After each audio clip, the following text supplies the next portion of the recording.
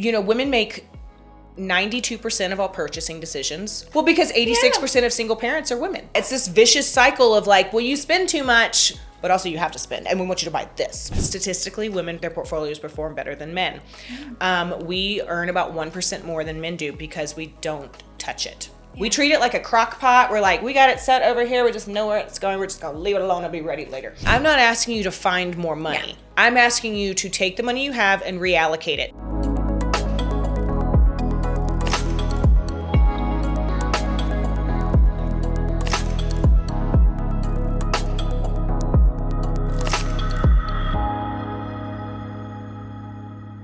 Hello, everyone, and welcome to this week's episode of Her Space Unscripted.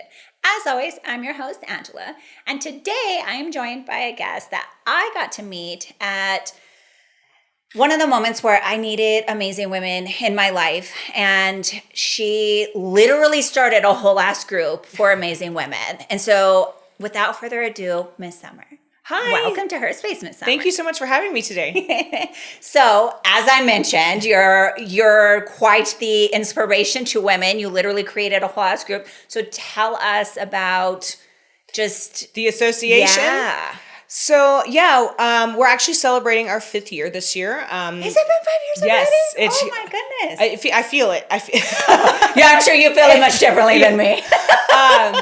But no, it's the association women's group. I had this idea back in 2019. I owned a financial planning company, and I realized I was helping women in the 6-figure range with getting ready to, ask for raises, come up with quantitative material to show for their as they climb the corporate ladder or scaling their businesses. And I was like, if these high achieving women need help, there has to be more women that need help. So that's what it initially started off with. And I went to my friend Marcy Dickerson, who's been a guest on the show as well. And I said, I have this idea. And it started out with just a few of us meeting for coffee a few times a month. And now we do 3 in-person events a month. The first being an entrepreneurial essentials workshop. The second being a Her Story breakfast, which is my personal favorite event. It's just a woman coming in and telling her story because none of us got to where we are in a straight line.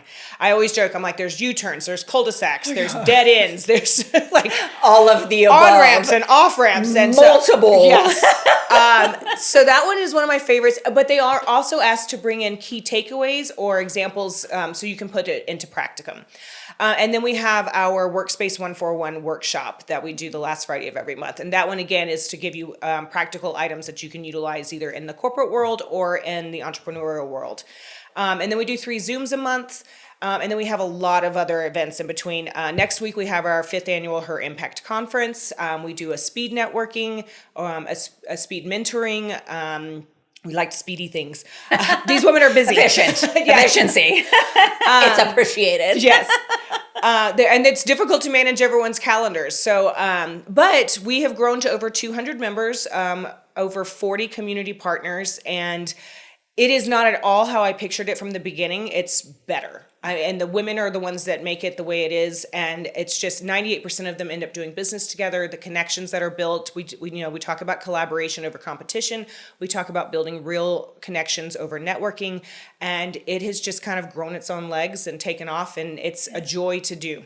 Yeah, no. And it really has. Because I think throughout the years, because like I said, I was really blessed to be, you were a speaker last year for our Girls Leveling Up conference. Yes. And I was able to kind of see like in the beginning when you guys were really kind of getting started and, to now, going and like you said, it's just evolved into something, just so beautiful because it's like not just, women that are there already, right? Mm-hmm. Like we use that very loosely, but but it has been like the mentorship and you guys, one of my favorite things that you guys do is when you do the young athletes, the NMSU one, like that is my favorite one to go to. This will be our 3rd year collaborating with them for that. Yes. So having all those young women in one space and just hearing, like it just gives me so much hope and excitement. I agree with you. Like it really does. Like it's one of the most beautiful, but like you said, it wasn't necessarily meant to be that, but it really has become It has just turned into something that we never really expected. And it's a huge blessing. I will tell you, it is a labor of love.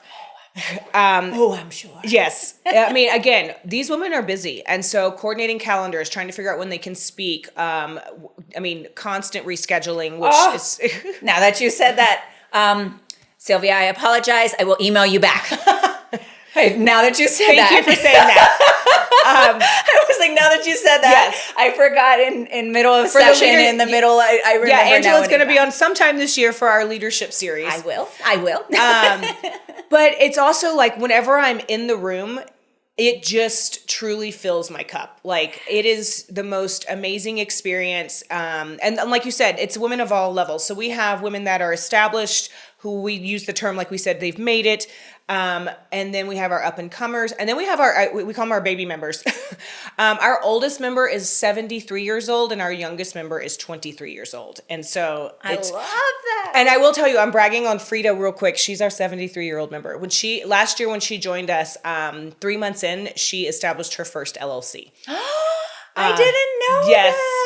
So we talk about breaking barriers this year, and she just is one of the ones that I'm so proud of because when we talk about age barriers, like gender barriers, coming from a time where women did not do that at all. And she was like, I was so inspired that within 90 days, I filled out the paperwork. And she goes, and then I was able to ask you guys for help. Yeah. So we had somebody go and help her to get it done. So just I will say that's one of the things that I love most about the group is because like I haven't always had that in my life, right? Where I've been surrounded by supportive women. And I genuinely have always felt that in that space to say like, okay, like I really could ask anyone in this room for you do it a lot. You send me a text. She's like, who do we have that does this? Yes. I need advice for this. Yes. So I appreciate you saying that because we have some new members that just joined us this year. And one of the girls told me, she's like, it's taken me 2 years to walk through the door.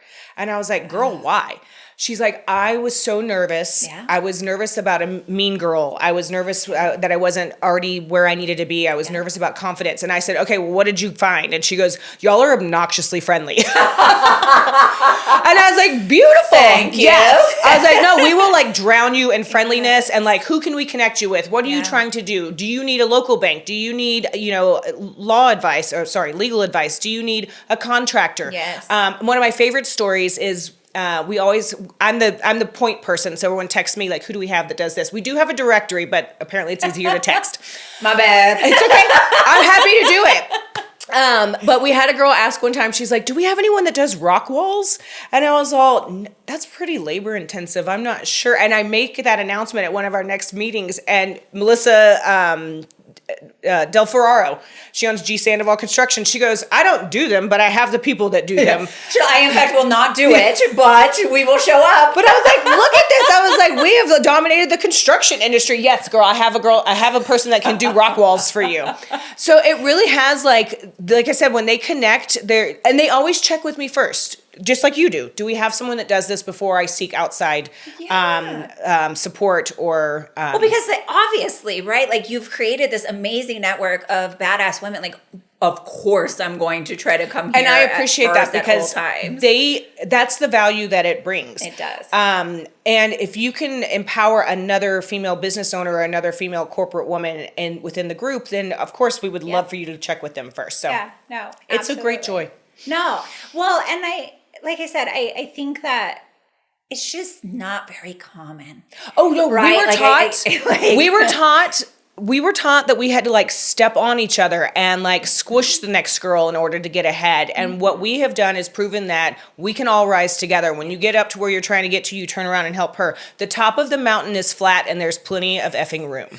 Not only that, but I'd like to point out that there are multiple people doing the same shit in the group. So I think that is super important to say too. Yes. Because it's easy for us to be like, well, yeah, because you do early learning, you do that. So of course you're going to support her. She can't come do what you do. Like, no, there really isn't. We've had some realtors who initially they were like, well, you already have so many realtors. I'm like, well, yeah, it's a female dominated industry, but it's not like a B&I where you only have one person from each one because you're going to work with the person you connect with the most. And we always advise, like if you call me and ask me, hey, I'm looking for a local bank, I'm going to give you all 5 of our local banks and advise you to visit with the girls who represent each of them in the group and find the one that you connect with and also who's going to give you the best rate or whatever else you're looking for. But it's also about teaching women or helping women realize you need to be interviewing these people. Because I will tell you, one of my favorite things about local banks is that you really do build a relationship. like I'm not saying that you text them, but you can sometimes text them. I'm swinging by and I need a new debit card. Yes. No. Facts. Shout out Leslie. Right. But yeah. Hi, Liz. Yeah, exactly. So no, and that's what I love the most about, it, but I think that you in particular are just someone that you show up so authentically yourself that it gives other women permission to do the same. Thank you so much. That means a lot to me. I love that. I love that because I remember Marcy too. She does the same shit, right? She can't help it. Marcy, but she had a name before she had a face for me. Right? Like, that's amazing. I hope at some point I get to that space. But, right, I knew of her before I ever knew her, and so it was like, yeah, this lady has to be a badass. Like, this lady has to be this. And you don't really know what to expect from people like that. And the first time I met Marcy, I was just like, she's no bullshit. That is not what I expected. But it is amazing. Well, and you too. Yeah, I think that a lot of people when they tell us that like they were intimidated to come in, and I'm like, honey, I hope we're really working hard on changing that image because that's not it at all. I have to tell people, I preface almost every conversation, I cuss like a sailor in lipstick. Like it's just who I am, and there are a lot of groups where I have, you do have to go to certain things and you put on the mask and you behave a certain way and you do the stuff because you're at the dinner and everything. It's not like that. Like we are very, and that's part of the beauty of being in a room full of women. The vulnerability that has come from this group, the honesty, the questions that are asked that would never happen, no offense to men, but would never happen if there were men in the room. And I think that's the part that women are so surprised about is they're like, that girl just asked about vaginal dryness. That happened at one of ours when we had some OBGYNs come and talk, and they were like, yeah, actually, I would like to know more about that as well. So there is this level of comfort that comes with being surrounded by these women. But it was built. And I love that because, like you said, there's people that's still coming in that have exactly what we had, where it was like, because let's be honest, it didn't come from nowhere. A lot of times there's mean girls. Like there are mean girls to where it's like, in 5 years we've had one. That I was like, she's just not going to be a right She's fit. not going to work here. Right. But it is very valid that those are the feelings that people come into the space with, because that's most of our experiences in the outside spaces. Well, I mean, I equate it to like when women come in, I always like to know they're coming ahead of time because I do partner them with someone. They don't just come in like, it's not middle school lunch where you're like, I don't know where I'm going. We have women that are advocates for the group and we pair them up so that they're getting introduced while I'm doing check-in and all that kind of stuff. So you're not just walking in blind, especially if I know you're coming. I always tell them my phone number is on everywhere, like every not bathroom wall, but you get what I'm saying. Actually, it is on literally it's on a bathroom wall somewhere. My son owns the company. Shut the door and seen your face and your number. My son owns that company. It's called AIM Advertising, and yes, I actually am on the bathroom walls. And so yes, I always tell people my email's in there, my phone number's in there. Reach out to us directly. You can find us all over social media. And but yeah, I like to know that they're coming so that I know who they are, what they're trying to get out of the group. I pair them with someone. Stacey Allen is great. Tamara Melendez is great. Liz Harrington is great. And they're some of our like die hard. They come to everything, and so I know I can match them up, and then they're going to take care of her. Yeah. No, I love that. But as you mentioned, that's your labor of love. Mm-hmm. But you also do a whole lot of other shit. So much shit. What else do you do? I don't even wear multiple hats anymore. I just have a giant sombrero and I just keep putting shit in there. You don't have time to take off the hat. No, I just wear the hat all the time and I reach up and see which one I need to grab next. So I mentioned at the beginning that I was a financial advisor for over 10 years, and I got a little burnt out on selling products. I loved my practice. I had over 500 clients here locally. And 90 to 95% of them were female, so it was a practice tailored for women. And now I also will preface this by saying I had reached mailbox money. Like in this industry, once you hit the 10-year mark, then your residuals are really, doing what they're supposed to do. But you do make money off of new sales. And that's the whole goal, is that you build it up. And at year 12, I told my husband, I was like, I'm not passionate about it anymore. I'm passionate about the information, the education, the knowledge, but I'm not passionate about the close of the sale. And I'm good at it, but I still just was like, I just don't want to do that anymore. So I think that knowledge is power. And I think that one of the biggest, speaking of barriers that women face, is that we weren't talked to the same way growing up about money. And so I told everyone, I was like, I'm going to sell this and I'm going to do this. So I now own She Talks Money. And my goal is to hit a broader audience of women, statewide, worldwide, the nationwide, and just share that information and do it on a grander scale. So I love talking about money. I think that it's been considered a taboo subject for so long, especially for women, because we were told, just say thank you, just say that you appreciate it. Don't ever tell anyone how much money you make, all this kind of, it's a very soft, conversation. And I'm like, that's bullshit. That's why you're making 82 cents on the dollar, is because we're not talking about it enough. We're not training women to ask for more, to know how to negotiate. And it's not even just talking about negotiating for more money. It's talking about negotiating for, more PTO, more flex time, better parking space. Just ask for that. I had a woman that was pregnant. She was like, it is killing me to park in the back of the thing. I was like, tell them that you want a closer parking space for the next 7.5 months, But so this is my new baby. So I just wrote my first book. Yes, you did. Congratulations. Thank you. This was 3 years in the making. And every interview that I do, they go, it's very thin. Oh my gosh. But it's like, listen, people. There's an intentionality behind that. The best book that I had ever read for women and money was called Smart Women Finish Rich by David Bach. Mm-hmm. And it looked like Jesus himself had written it. It was so thick. It's beautifully written, and it touches on every subject. If I had not been in finance for 10 years, it would have gone right over my head. Because it's intimidating. It's especially when you're busy. It's too much information. Want me to read that whole thing? Yeah. Well, and then you finish it and you go, that was great. I learned a lot. Where the hell do I start? Yeah. So I got the idea to take his concept. There's a lot of great books out there, but his just was the last one I read before this came to me. And I was like, I'm going to create a series. And the goal is for them to be around 100 to 120 pages. I want you to read it in a weekend, and I want you to be able to start something on Monday. Love it. So this one is a real talk guide to rewriting your money story. One thing that we don't talk to women enough about is the fact that a lot of us suffer from financial trauma and financial anxiety. Yep.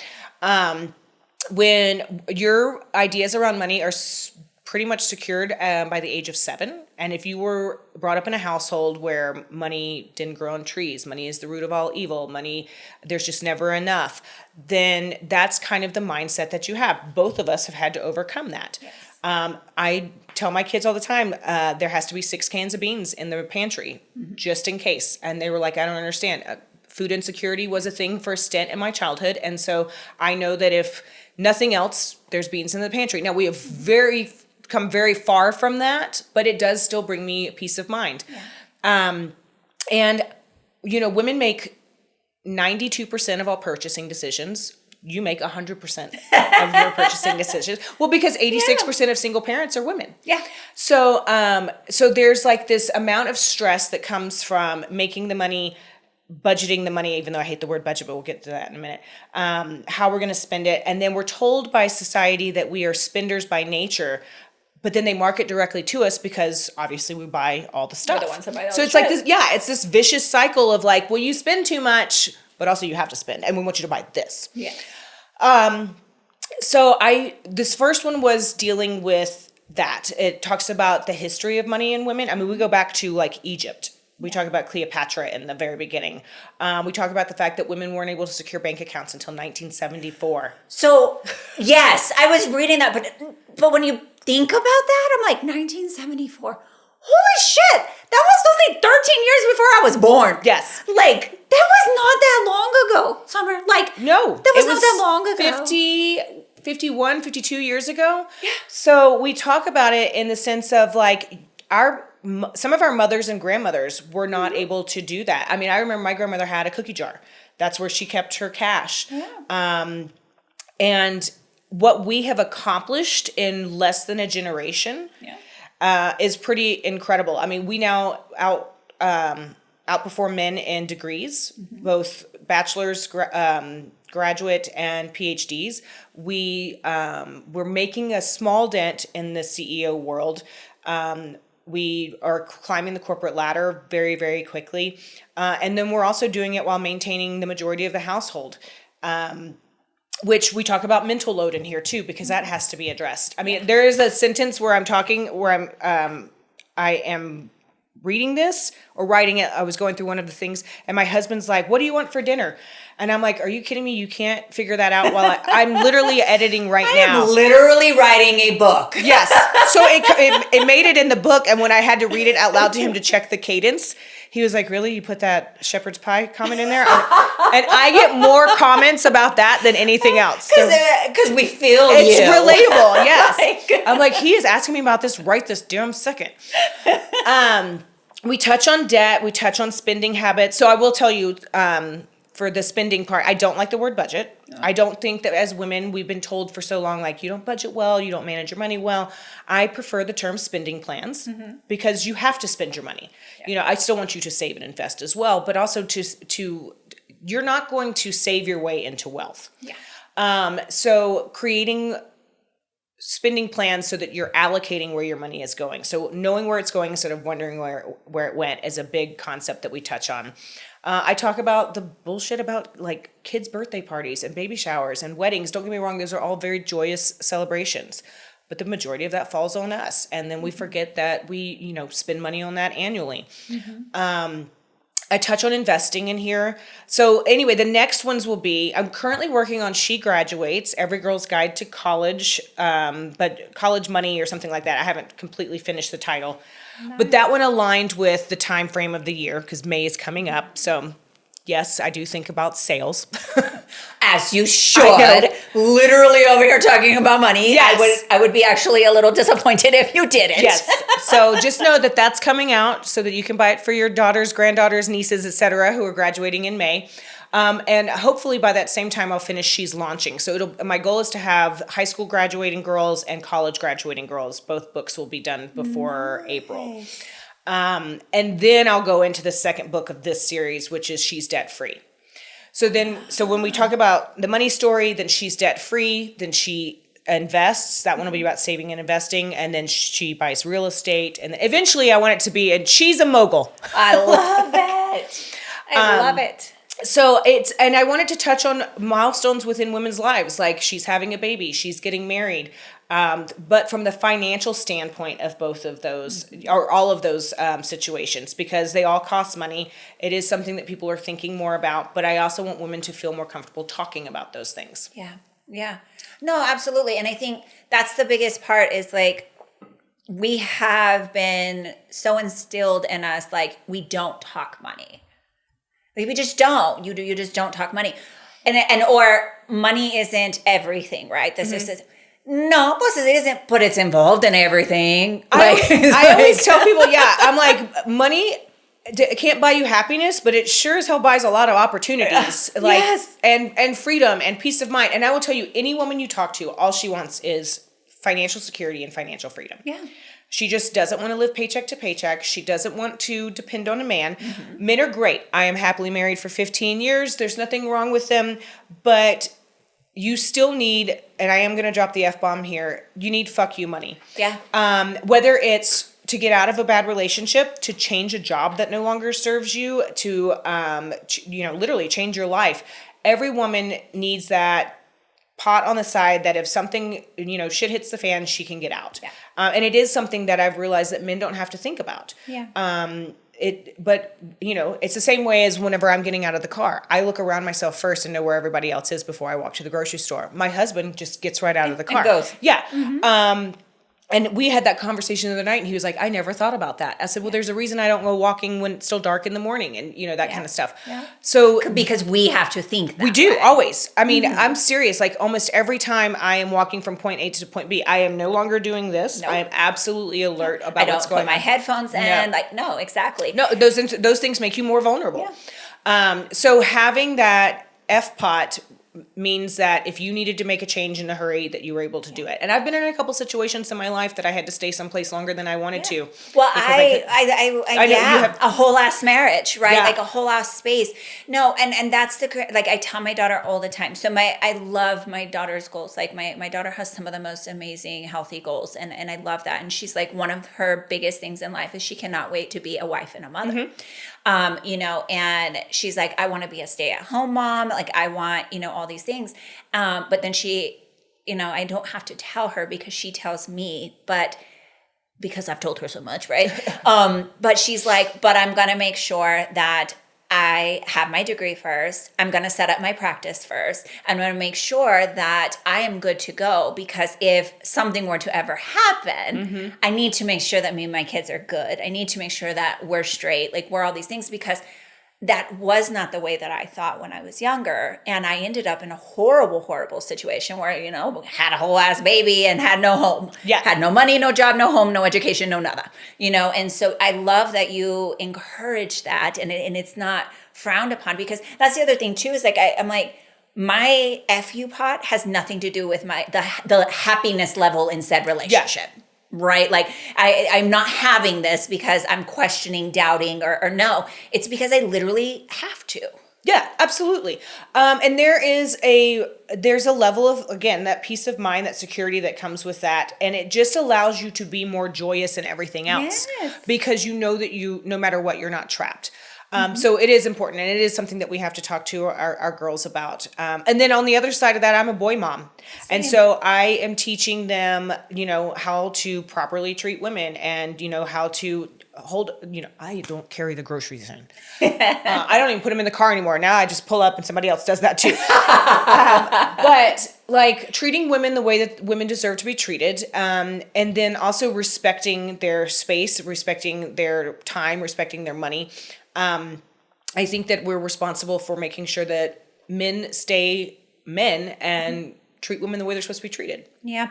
And I will say, as a boy mom now too, but I also am like, I flip that a little bit for him too, because I'm like, but you also deserve to be loved, yes. to be respected, to be treated with, with all this same thing that I'm asking you to do for her. You also equally deserve, because I'm a firm believer that, if you ain't giving it, then, absolutely. You're not going to disrespect her, but you're not going to stay. Yeah. Like there is that line, right? Because it's like, yes, you are 100% going to be a gentleman. Yes. But you don't have to stay in a space where that's not appreciated either. No, and she should. Actually, there is a section in here where we talk about talking to your partners with money. Yeah. That's very important. And I will do a little PSA too.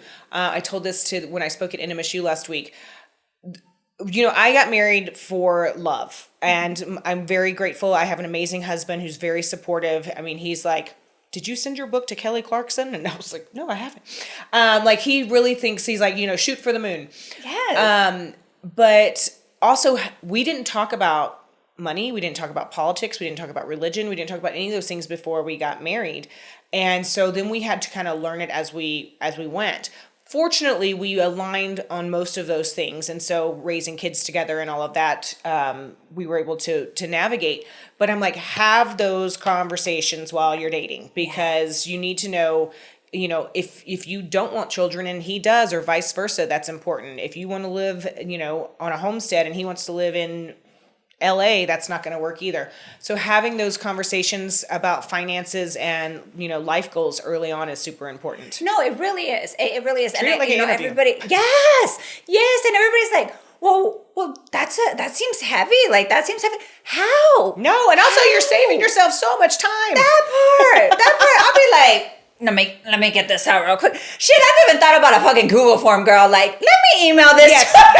I need you to fill this out first, and then we'll see if coffee is even necessary. Yes, because there are some non-negotiables, right? There are some things as a 38-year-old woman that I'm just like, yeah, that just wouldn't work for me. Yeah, Like, and wait till you're 43, it gets even less. You're like, no, I will not put up with that. I bet. I literally was just talking to the bestie, and I'm like, it's wild how much easier it just seems to be becoming to make sure that, yep, you can stay, you gotta go, you're cool, but stay there at a distance, right? Like you find that. And I think it's even more important when you're talking about a spouse, right? Like Absolutely. when you're talking about that. This is supposedly your partner in life. So you have to have, it's you against the world or y'all against the world. And so, it's a conversation that needs to happen early. And it's so important. I mean, you're making major life decisions. You're making major purchases together. You're saving for, each other's future in retirement. So yes, take the time to do that. And there's nothing wrong with a Google form. I think it's very efficient. Very efficient. I mean, be like, well, Summer said there was. Just copy me on the email. I will endorse. I'll be like, this is absolutely necessary. Love it. Love it. Okay. So as we start wrapping up here, I want to hear, I always say the top one, but I know that can be kind of like, oh, you only want me to say one. So even top three, if you want it. But what are the most important things that you think women need to think about or hear when it comes to money? Okay.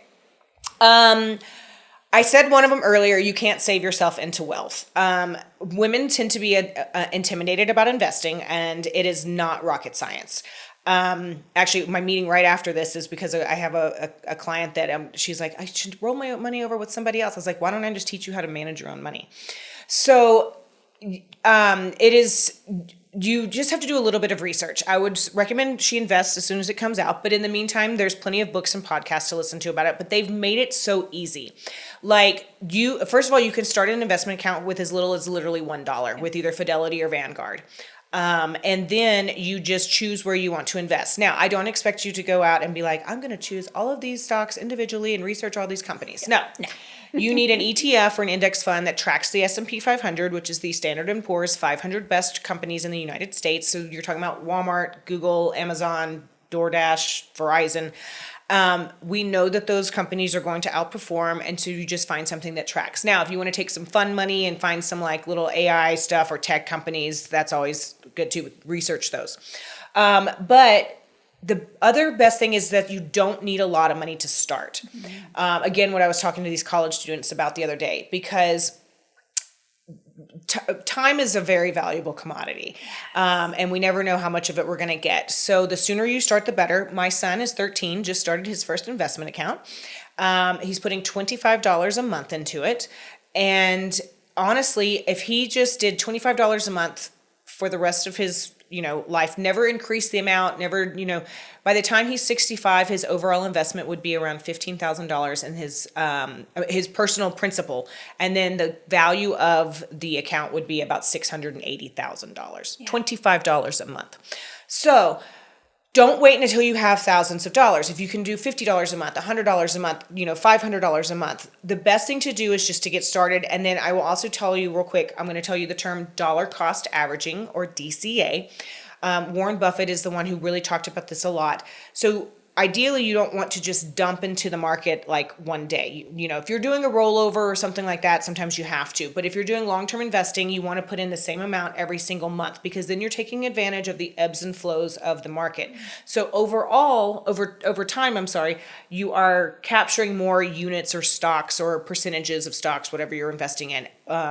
Statistically, that's how it works out. So just kind of doing it, set it and forget it. The third thing, and I'm still going to talk about investing, is that statistically their portfolios perform better than men. We earn about 1% more than men do because we don't touch it. We treat it like a crock pot. We're like, we got it set over here. We just know where it's going. We're just going to leave it alone. It'll be ready later. Whereas they tend to often try to time the market or like sell and trade and buy and do all this stuff.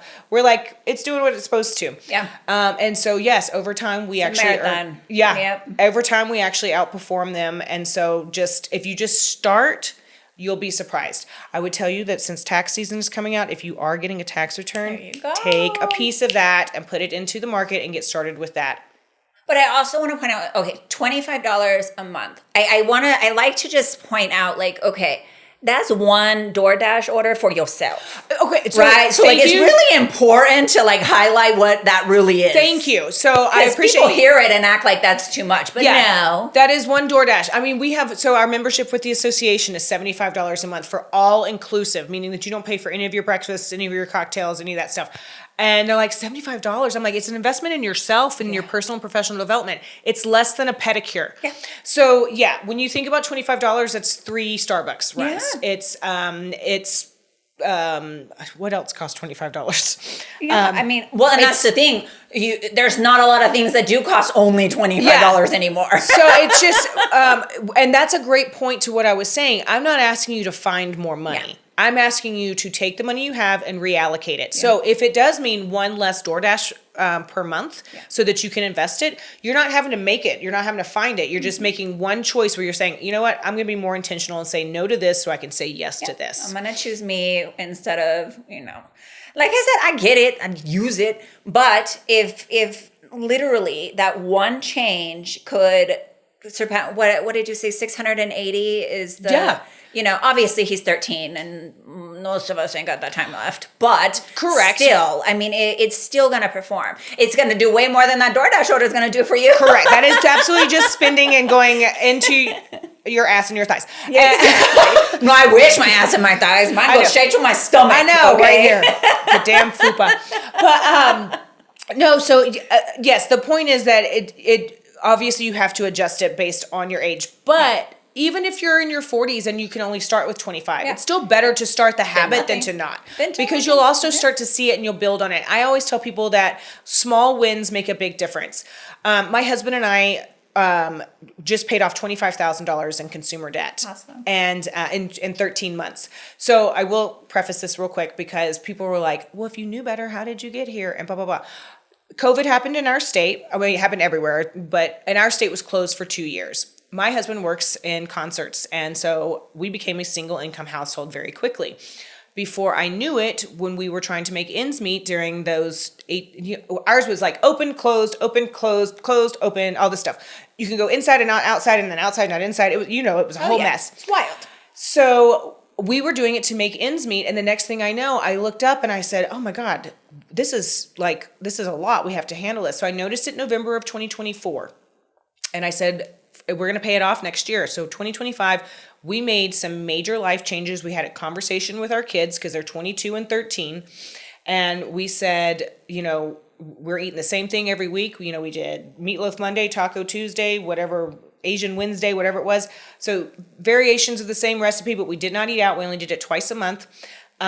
We changed our lifestyle. We reallocated where we were spending. I did this little trick. Actually, this video on TikTok has 160,000 organic views. When I would have to go to Marshall's or somewhere to pick up some things for work, you always see something, you're like, oh, that would be so cute. Mm-hmm. So let's say it's a bag and it's $35. Well, I was like, I know I don't want it. I know I don't need it. What I would do instead, after I checked out for the stuff I needed for the business, on the way to the car, I would open the Capital One or the Citibank and I'd make a $35 payment because I was going to spend that money anyway. So these I don't like to call them micro payments because that's trending right now and those are crazy. They're like $2 and $3 payments every single day, but it's like a medium payment. It's a money that you were going to spend anyway. So just throw it at your debt. Just that one hack helped saved us so many months because we were going to spend it anyway.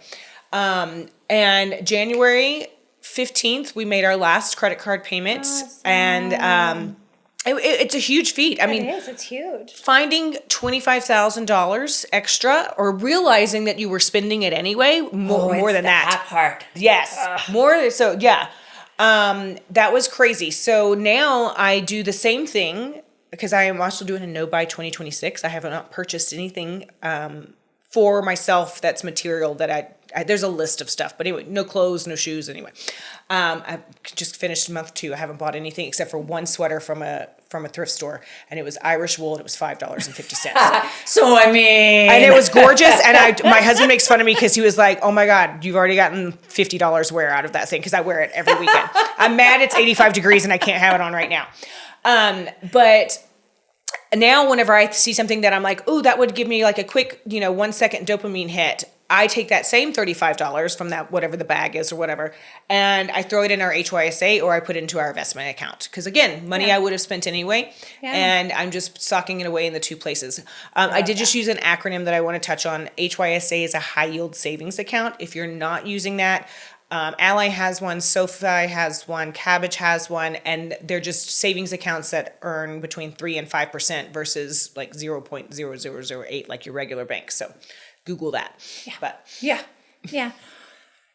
So that's, first of all, congratulations. Thank because you. that really is amazing. Not only is that, like, all of this that you're doing is amazing. I took the crash course in all of this. So as someone who has banged her head against a wall millions of times for these very things that you're talking about, it is so beautiful and it is so appreciated. And I'm just excited that women like you are doing things like this, because like now my baby gets to have how to, books and they're not intimidating. I love that. Like I told you, I read that, when I was I did. Of course I did. I bought it and I read it, and I was at the airport and I read it on one of my flights, and I'm like, but I appreciated that the most because it was like, I gained a lot of knowledge in 3 hours. A little bit of time. I think I was on a flight. It takes 3 hours, maybe. I was on a flight, and I was able to read it, and I was able to actually gain something and feel. Thank you. That means so much. No, it really did, and so I love it. I love how you're approaching it, because I think that it's actually going to resonate with women, because I know it did with me. And teach us something. It's gonna really change a lot of women's perspective around something extremely important. Really appreciate that, and I think that having it in bites. Look, women are busy. Yeah. And having it in bite-sized doses makes it that much Well, not easier. only are we busy, but some of this shit is foreign. Oh, absolutely. Let's be honest, right? Like I know now what the hell you're saying. You would have asked me 5 years ago, it said the same conversation to me, I would have been like over here like, the Google what? Like literally holding my phone like, say that again, because I wouldn't have a clue what you were talking about. And that's what I appreciate about what you break down. The other thing too, I think I mentioned it in here as well. I had a girl one time who said, I don't know what IRA stands for. Yeah. Because she's like, I've never been in a room where I felt comfortable asking that question. Exactly. And I was like, it's an individual retirement account. And she goes, oh, that makes sense. Yeah. I knew it was something like that, right? I put money, got it when I'm old. I don't know. So, but yes, that's why I said I love what you do. This one does have a laywoman's glossary of financial terms in the back. So it's all the main things that you need to know, but it's written in ways that make sense to us. The ways that it would actually be able to resonate. And like you said, it's people don't feel comfortable asking, and now the finance world is trying it. to intimidate us out of it, because they over exaggerate how difficult it is. They make it harder. They use these big words. I call it the mahogany effect.